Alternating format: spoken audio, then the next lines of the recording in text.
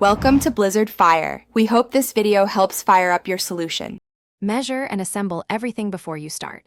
Use one 100g chocolate bar and 2 cups whole milk for a single batch of hot chocolate. Chop the chocolate into small 1 cm pieces so it melts quickly and evenly and place it on a plate. Measure 1 tablespoon sugar and a pinch of salt and have 1 teaspoon vanilla ready if you like.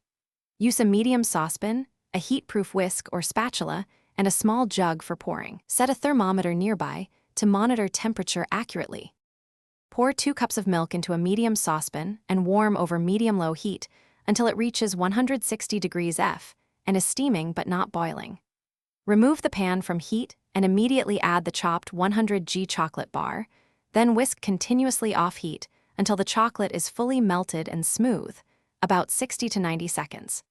Return to very low heat and simmer gently for 2 to 3 minutes while stirring, but avoid boiling, which can scorch milk and separate cocoa solids. Pour the finished hot chocolate into a pre-warmed mug and top with whipped cream, marshmallows, or a dusting of grated chocolate for garnish.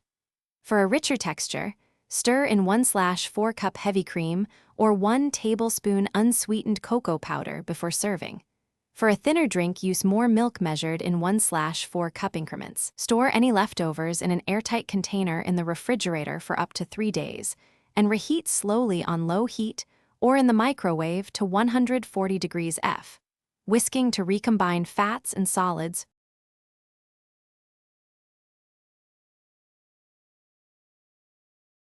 Thanks for watching. If you found this helpful, don't forget to like and subscribe.